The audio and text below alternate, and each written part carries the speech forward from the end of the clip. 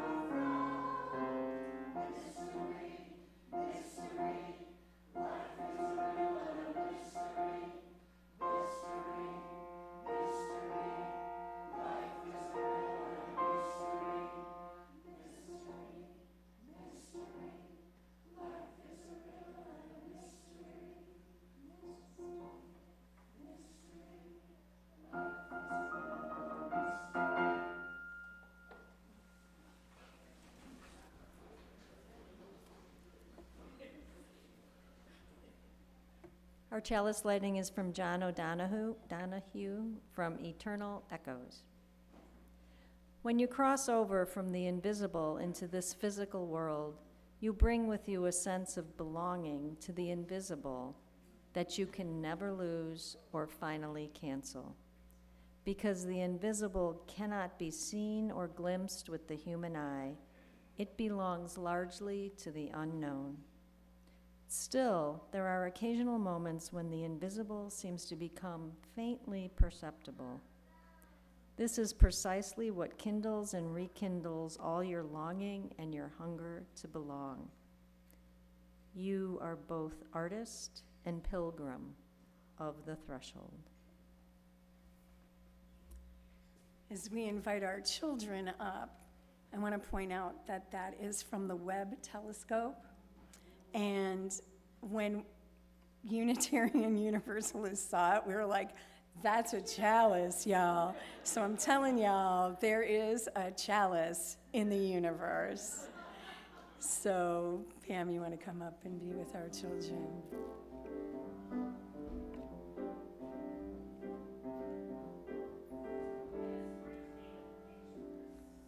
Sit down here, and the grown-ups are going to have to use their imagination because that's the only picture that you get to see, sorry. So we do a lot of wondering in the other building, in spirit play and in our other classes. And so the story I have today is called I Wonder, and it's all about the mysteries of life that we wonder about, and the idea that sometimes we will never know the answers and that it's okay to just wonder.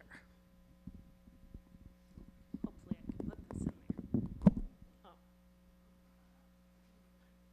Beth, or someone, okay.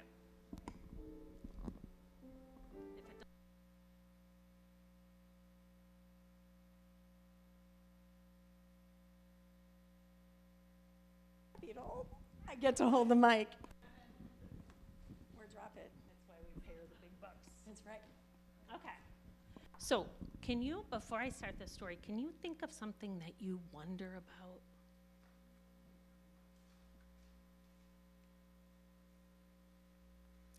I wonder why it has to be rainy. That's what I wonder about. Eva loves to look for the moon. It follows her from place to place, disappearing behind trees and mountains, and then appearing again someplace new. Look, Mama, there it is. The moon looks so beautiful in the sky. How do you think it follows us? There was just a full moon. Did you see it a couple days ago? It's really bright and beautiful. Eva thinks about it, but she can't figure it out. It's okay to say, I don't know, says her mother. When we don't know something, we get to wonder about it. I wonder if the moon and the earth are friends, says Eva, and her mother smiles. I like that idea.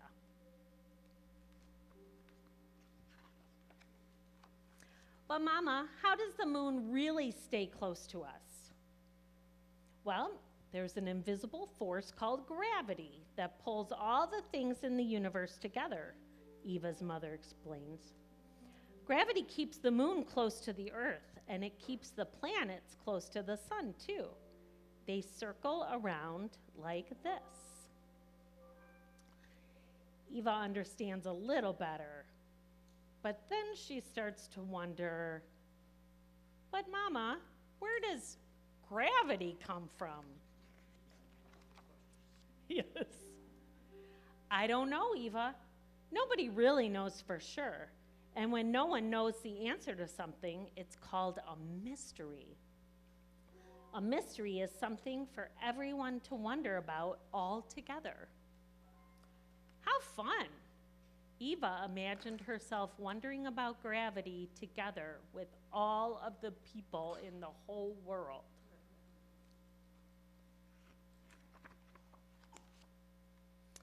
Eva watches the moon disappear behind the clouds as she walks, excited to see where it will appear next.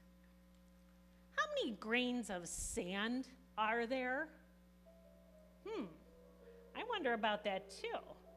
There are probably trillions and trillions of grains of sand, but nobody knows exactly how many for sure. Eva tries to think about all the sand in the whole world. It feels so big that I can't fit it all in my imagination. It makes me feel dizzy, like I'm falling. I know what you mean, her mother agrees, and I'm sure other people feel that way too.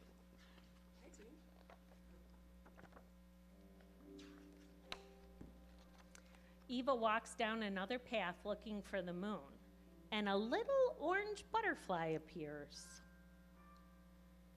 I wonder what she's going to wonder about the butterfly. Then she notices there are butterflies everywhere. Mama, where did all these butterflies come from? These butterflies have been flying around for a few days, but they started out as little caterpillars, and those caterpillars came from eggs, and those eggs came from other butterflies. There are cycles all around us with one thing ending and another beginning. Things are always changing.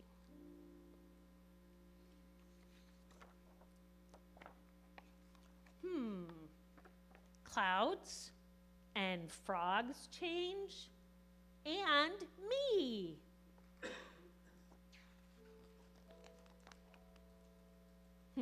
Doesn't this look fun?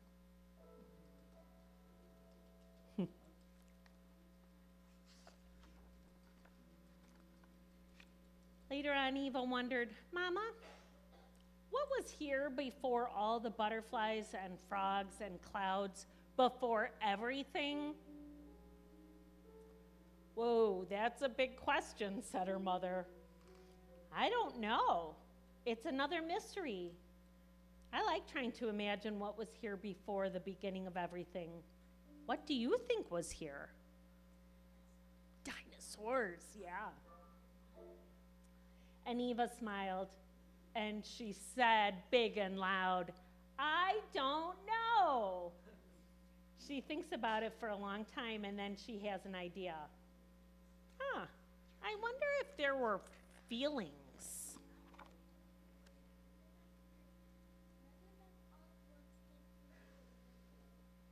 Yes. He was telling me can you say it? Megalodon. He was extinct 3 million years ago. As she walks home, Eva sees the moon again glowing brightly above the roof of her house. Let's go inside and look at the moon through the window.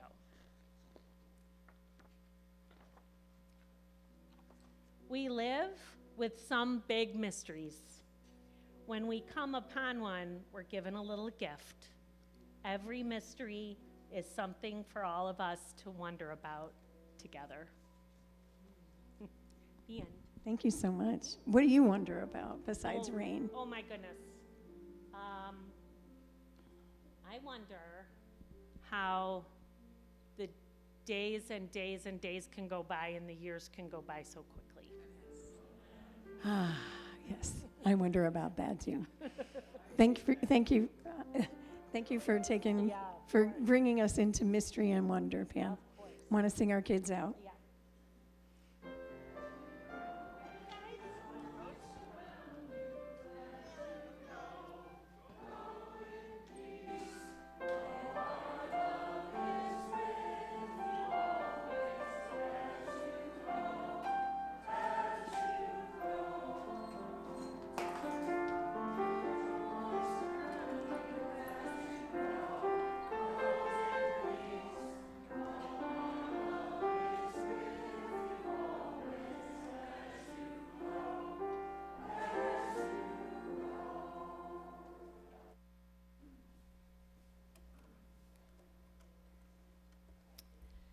One of the things that brought so many of us to this faith and to this church is wanting a faith community that engages in conversation about the unknown, to help us come to our own place about life's mysteries and not have the answers dictated to us.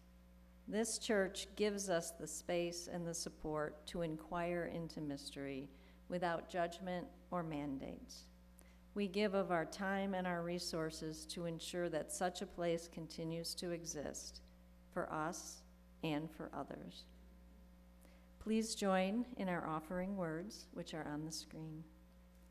This church is made up of all of us. It is what we learn together, the work we do together, the fun we have together.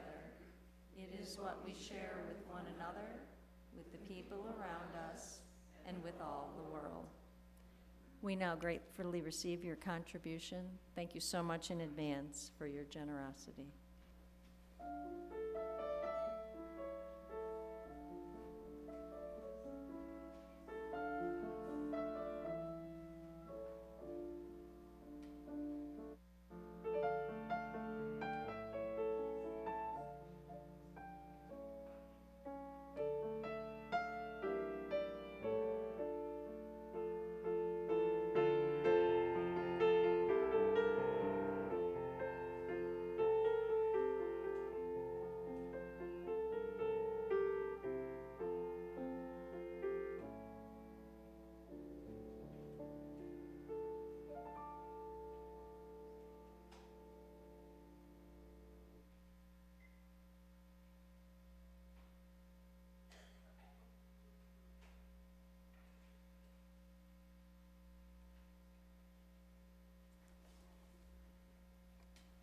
Thank you, Jamie.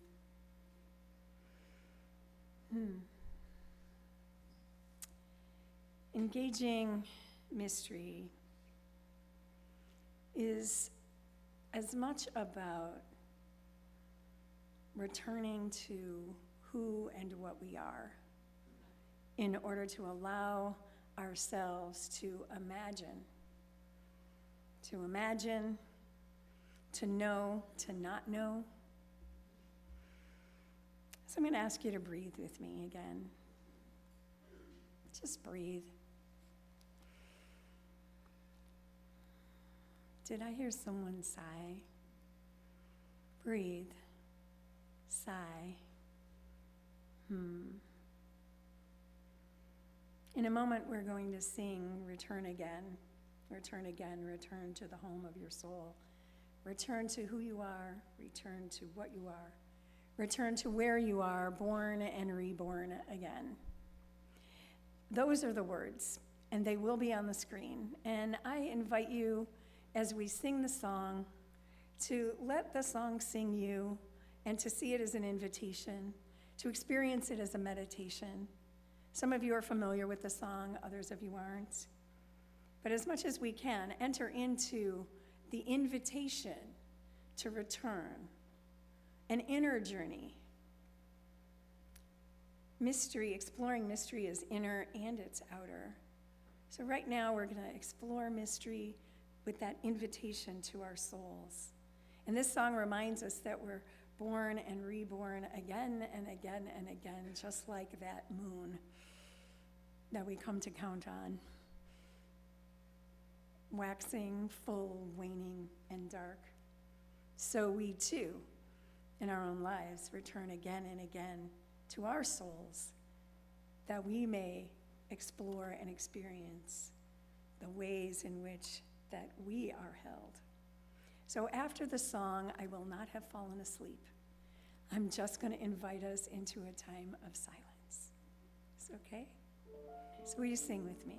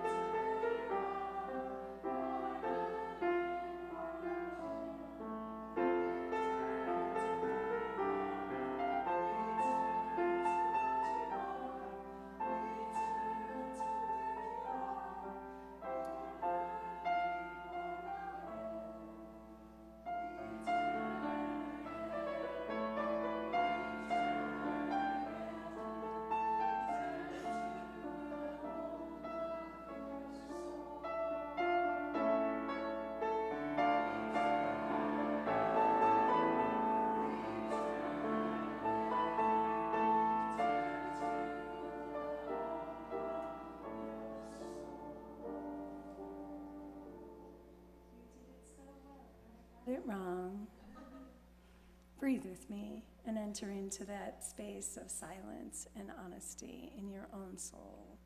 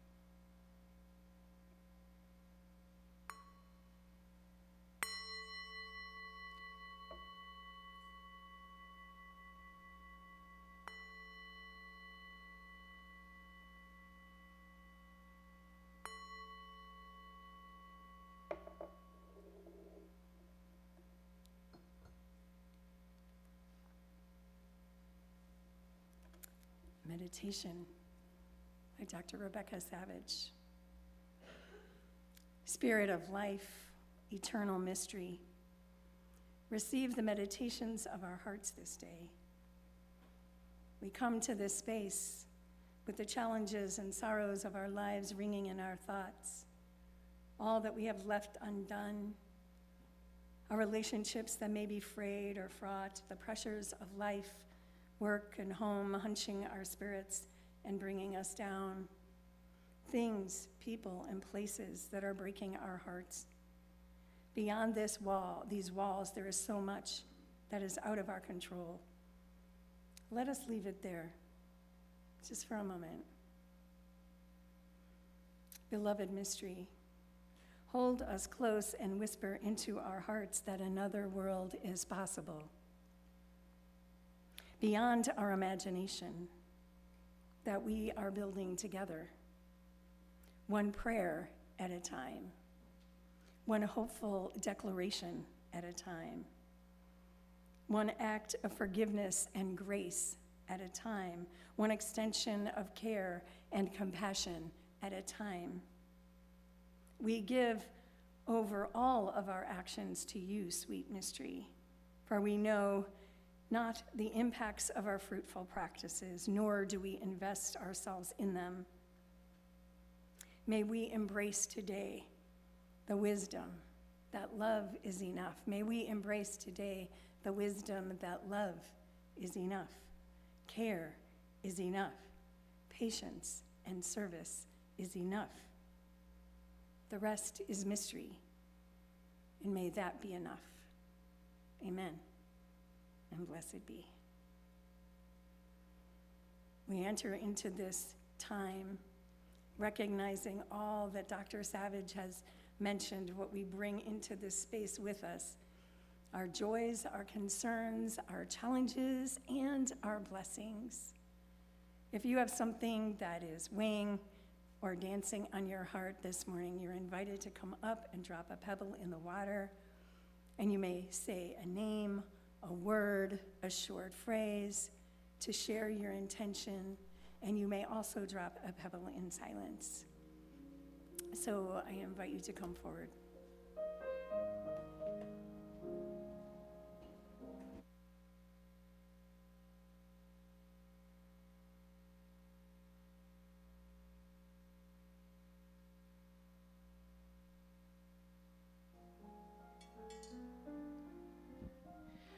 I have a great joy to share. Thursday was Alex's 19th birthday.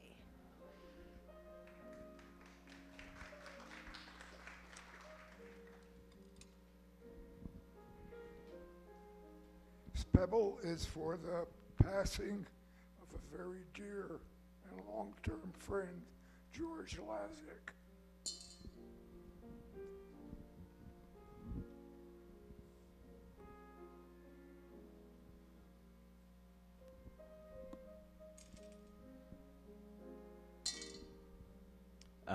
My name is Mike, and my joy is 5 of my grandkids are coming to visit this week.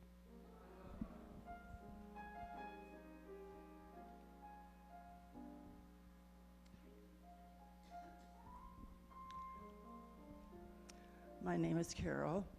December 1st was World AIDS Day, and I dropped this pebble in memory of my friends who died of AIDS.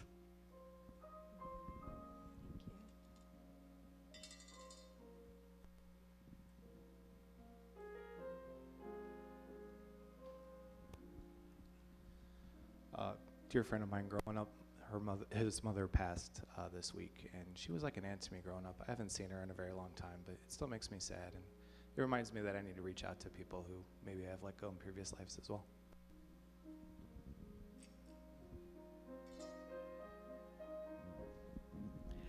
Good morning, I'm Julia, and I have a celebration.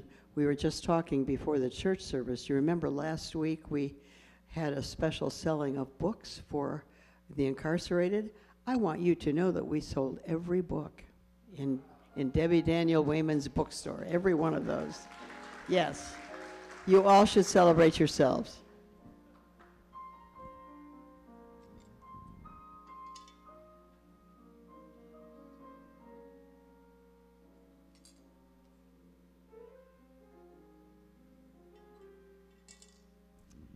For those joys and sorrows, those spoken and unspoken, will you hold with me a moment of silent reflection?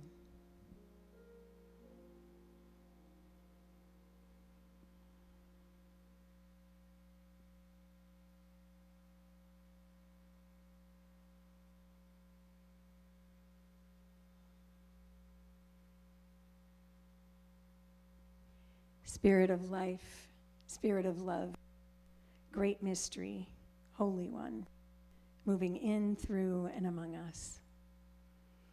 In this time, in this pause of being held and washed in water and held in like a womb, may we hold in our hearts all that has been spoken and all that we know is unspoken. As we move through this life with joys, with sorrows, with celebrations and lostness and longings and loves, we hold fast to the knowledge that we are not alone, that each person here has experienced loss and deep love. And in that coming together and being held in this time, we know that together we are more than we would ever be alone. And you, each of you, know this. You are always and everywhere held in love and mystery deeper than you can know.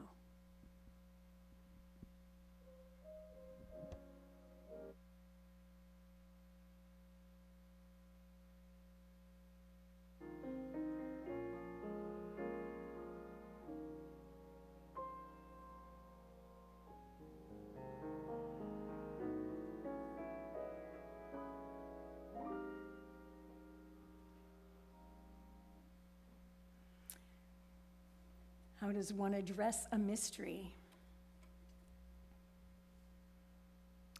How How does one address a mystery? Cautiously. Let us go cautiously then to the end of our certainty, to the boundary of all we know, to the rim of uncertainty, to the perimeter of the unknown which surrounds us. Reverently, let us go with a sense of awe, a feeling of approaching the powerful holy whose lightning slashes the sky, whose persistence splits concrete with green sprouts, whose miracles are present in every place and moment. Hopefully, out of our need for wholeness in our whole own lives, the reconciliation of mind and heart, the conjunction of reason and passion, the intersection of the timeless with time. Quietly, for no words will explain the inarticulate or summon the presence that is always present, even in our absence. But what shall I say? Anything. Any anger, any hope, any fear, any joy, any request, any word that comes from the depth of being addressed to being itself. Or perhaps nothing.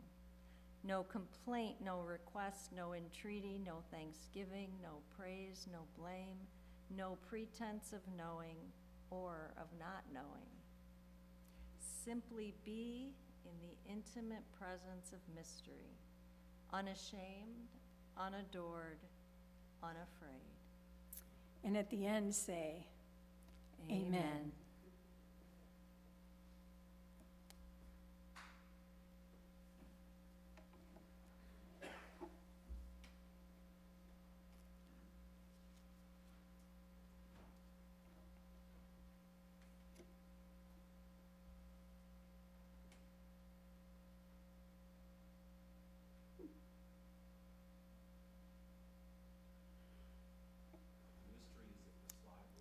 Well, this is actually supposed to be a video. Here we go.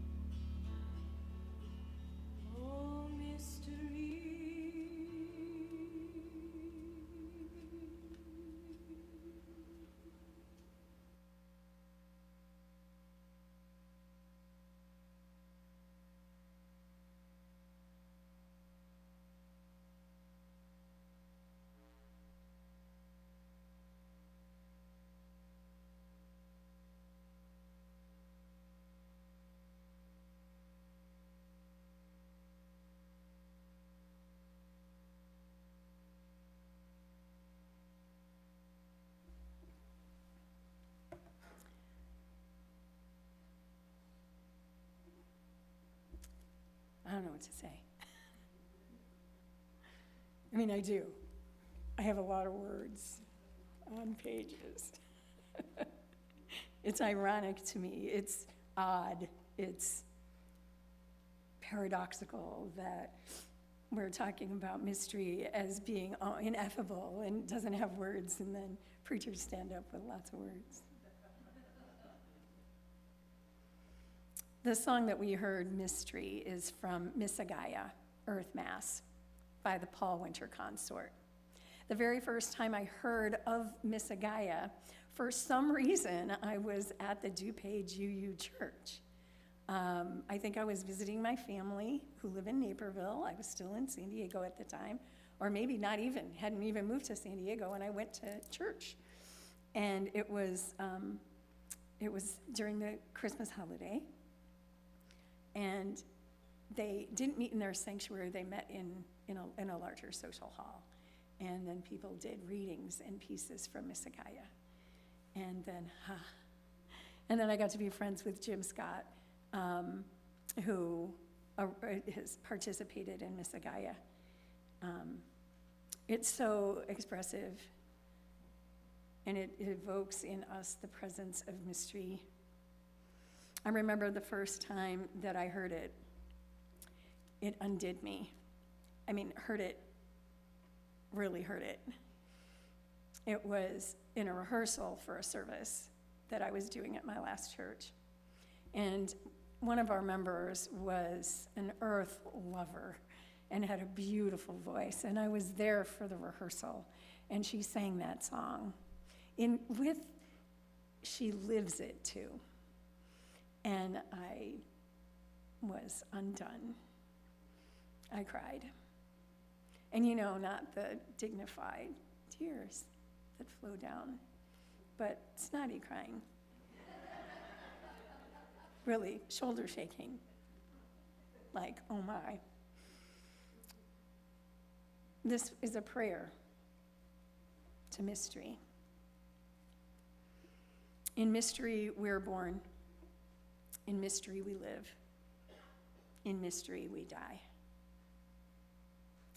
Grateful for the blessing of live stream. Yesterday afternoon, I attended the memorial service for a dear colleague, the Reverend Dr. Carolyn Owen Toll, a mentor of mine since starting seminary in 1999 in Southern California, and then again when I moved down to San Diego, where she and her husband, the Reverend Dr. Tom Owen Toll, were the ministers of First Church San Diego for 26 years, and they remained in the area as outstanding colleagues. They were married for 50 years. From Tom, I learned those words, the words I say at the beginning of every memorial service, or when lighting a candle in a service the Sunday after a member dies. In mystery we're born. In mystery we live. In mystery we die. Over the years, it has become clear to me that that is what we can know, or at least what I can know. Lots of words on pages notwithstanding. Even though we know lots of things, we kind of know where gravity comes from. We kind of know about those cycles of the moon. But woven into everything that we know or think we know is mystery. Simply mystery. The song and Gordon McKeeman's words that Linda and I shared earlier, like all good poems and prayers and songs, put into words what we know in our bodies, in our very bodies, but don't have words to express. Mystery understood as the force behind, within, beneath, the lure to life. Mystery is in the nature of things. Albert Einstein said the most beautiful thing we can experience is the mysterious. It is the source of all true art and all science. He to whom his emotion is a stranger, who can no longer pause to wonder and stand wrapped in awe, is as good as dead. Their eyes are closed. Within Unitarian Universalism, we draw from many sources. And it is interesting to me, not lost on me, and a great joy to me when I came to Unitarian Universalism that the first source is named as we draw from the direct experience of that transcending mystery and wonder affirmed in all cultures, which moves us to a renewal of the spirit and an openness to the forces that create and uphold life. The language of mystery was so important to people that it's been included in the amendments to the revisions of the bylaws quite unanimously. We must acknowledge mystery and awe and wonder. We must. The language of mystery and awe has been draws from our transcendentalist roots, in reminding us of these assumptions of the transcendentalists, who included Emerson and Alcott, Parker, Margaret Fuller.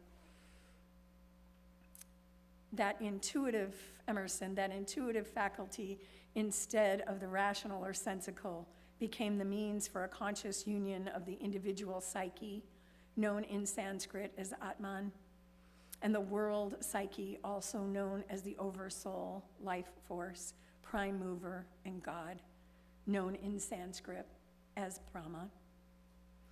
Transcendentalists accepted the Neoplatonic conception of nature as a living mystery, full of signs, but they saw nature as symbolic. I'm not a philosophical idealist. There really is a there. And it is full of signs, and it is drenched in mystery. What we have is the understanding that mystery is known, felt, experienced intuitively and uniquely. And then we do have those moments of collective awe when we experience mystery, but we know that even in that evocative and communal experience, it is still an inner, unique experience. We humans are not separate from nature.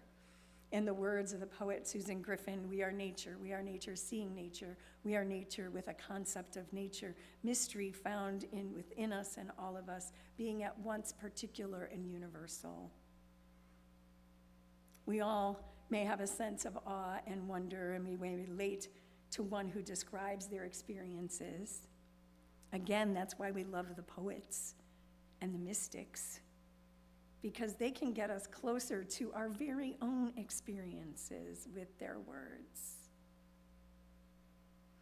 Truly, again, it's our own unique experience, but we're told it is affirmed across cultures, in all the traditions and no traditions. And you know what?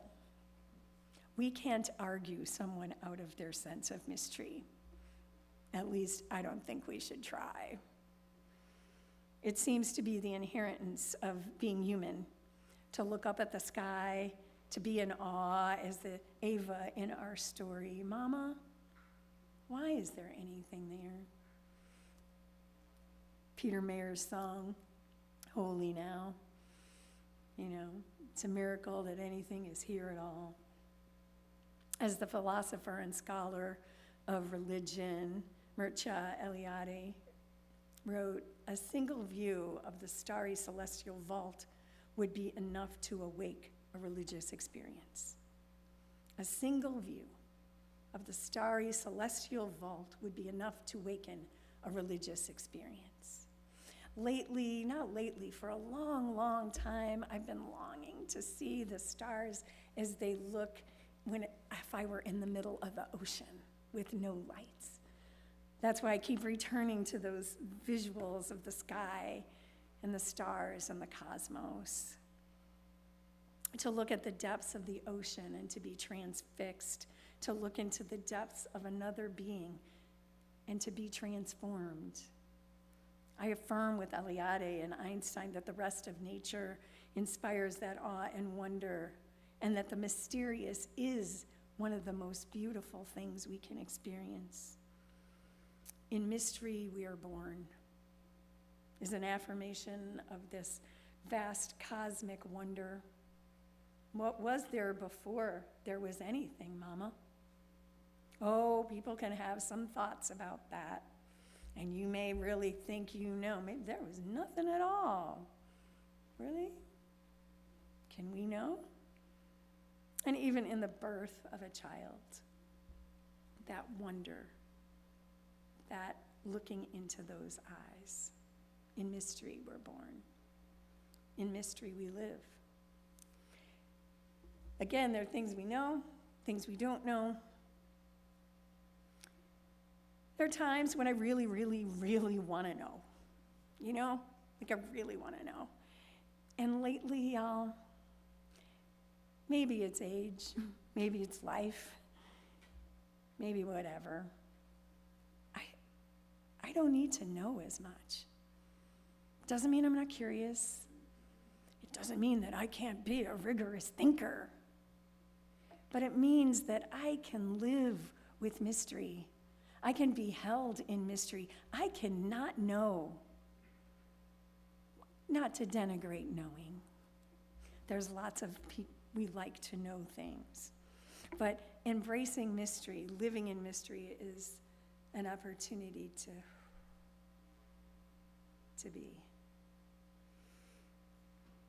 As the years have passed, I encounter mystery in the face of the infinite and the small, and I'm humbled, and I'm at once empty, and I'm full. I know myself more, I know myself less. It's the paradox. When the trees shimmer and wave and glisten, and I can see the energy in the empty spaces, I'm confronted with mystery. I'm confronted with the why. Where do I fit? Do I matter?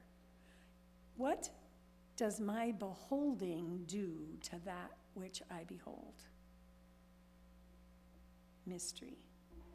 We embrace it, and at the same time, we name it. A colleague once pointed out that in our gray hymnal in the back of your chairs is a variety of names for transcending mystery. She counted over 80 in the hymns alone. Immortal love, soul's shelter, power of my power, weaver of our life's design, maker of rainbows, spinner of chaos, midwife of changes, straight-talking lover, the great musician, calm soul of all things, fount of every blessing, author of creation, help of the helpless, fount of justice, brooding sadness, carpenter of new creation, creative love, rolling cloud of night beyond all naming, and yet we still yearn to name it. I think that's fine. We humans like to name things, to name our experience, as long as we don't make what we name into the thing itself and experience that as an idol. How do we name mystery? And it's not just associated with the cosmos and the world, but our human endeavors and experiences. When we find ourselves loving from a place of profound depth, when we sit with the dying or witness a birth, when we find ourselves moved to courage beyond that which we thought possible, when we find our hearts broken open with compassion for creatures unlike ourselves, when we find ourselves willing to risk for another, we are experiencing mystery. It is the sound of the soul in a person becoming free, and it lives in the laughter of children at play, and I feel it in the love I know we need so much.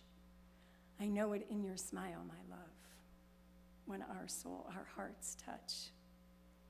So in movements for justice and in the spirit of joy, in children and the beauty of love, mystery is revealed in the human spirit.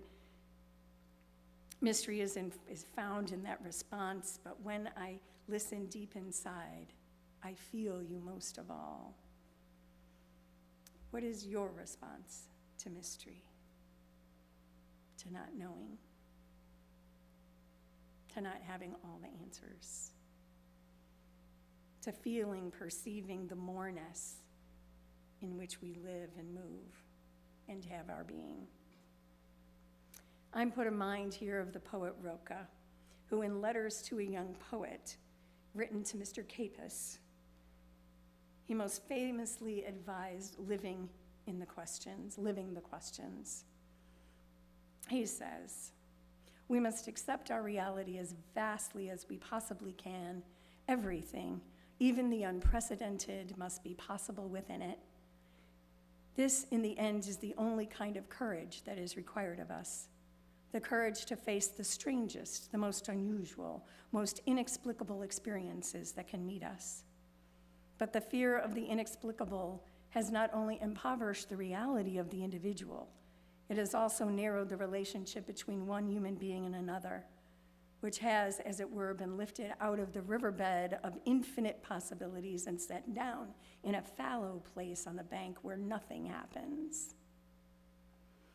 I beg you, dear sir, as well as I can, to have patience with everything that is unresolved in your hearts, and try to love the questions themselves as if they were locked rooms or books written in a very foreign language. Don't search for answers which could not be given to you now. The point is to live everything. Live the questions now. Perhaps then, someday, far in the future, you will gradually, without even noticing, live your way into the answer. So part of living mystery is to live with the questions, to live everything. Really? Everything? Was he serious? Part of living with everything is living into the uncertainties of this time, the inexplicability of circumstances, even as we hold and embrace beauty. And sometimes there doesn't seem to be much rhyme or reason. Ursula Goodenough, a biologist and religious naturalist, said that the way that she found to defeat nihilism is to deflect apparent pointlessness of all of it by realizing that I don't have to seek a point in any of it. Instead, I can see it as the locus of mystery. A religious naturalist, as am I, Goodenough can affirm the wonder and beauty of what is in and of itself. Mystery brings about wonder, wonder brings about awe, awe brings about reverence. And reverence, beloveds, will save us. Reverence for life. Beauty can save us. And then we learn how to address the mystery. In mystery, we die. We don't know what it's like, what it will be for us, our loved ones. The late Forrest Church wrote that religion is the response to knowing that we will die. He said, knowing we will die, we question what life means. Final answers may elude us, but living the questions, we create and discover meaning where we can. Some of us have witnessed death. I've had the humbling and sacred honor of accompanying parishioners as they transition from this world.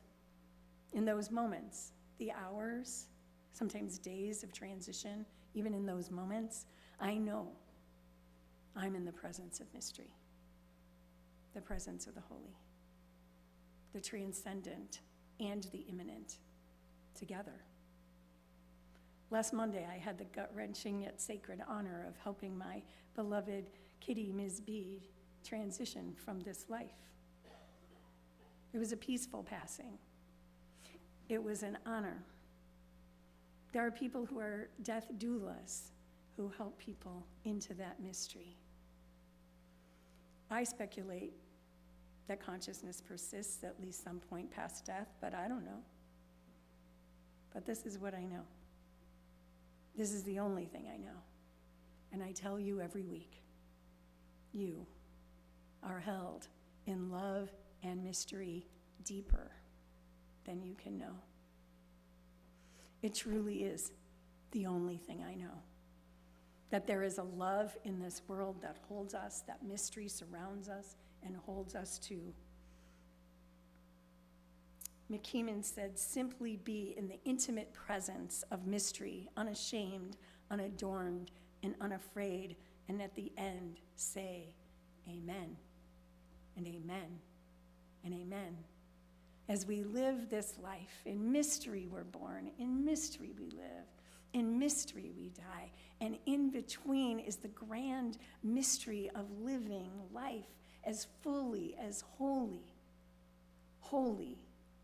with a W and an H, as we possibly can, knowing that this time here is brief, and yet it is beautiful. And beautiful, beloved ones, this life and this mystery beckons us to greater truth, to greater love, to greater beauty as we journey together in this mystery. I am so glad to be on this journey with you, knowing that we are co-conspirators, co-journeyers, finding, failing, lifting our eyes to the sky, and even to the tiniest of bugs, knowing that mystery is in, through, and among us. I love you.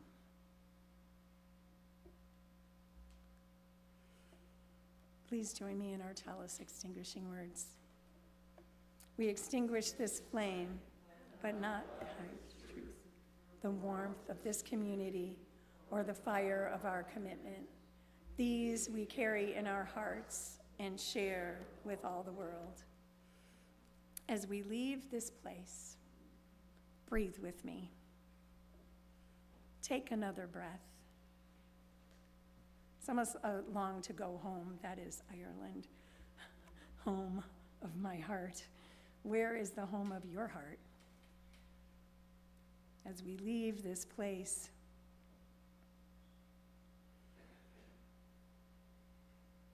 carrying with us our shared experience, unique and communal, bringing it out into the world. A world that is sometimes so sure that leaves no room for mystery, hence no room for imagination. But let us bring that out into the world. May it be so. Now, will you sing again? Blue Boat Home, number 1064.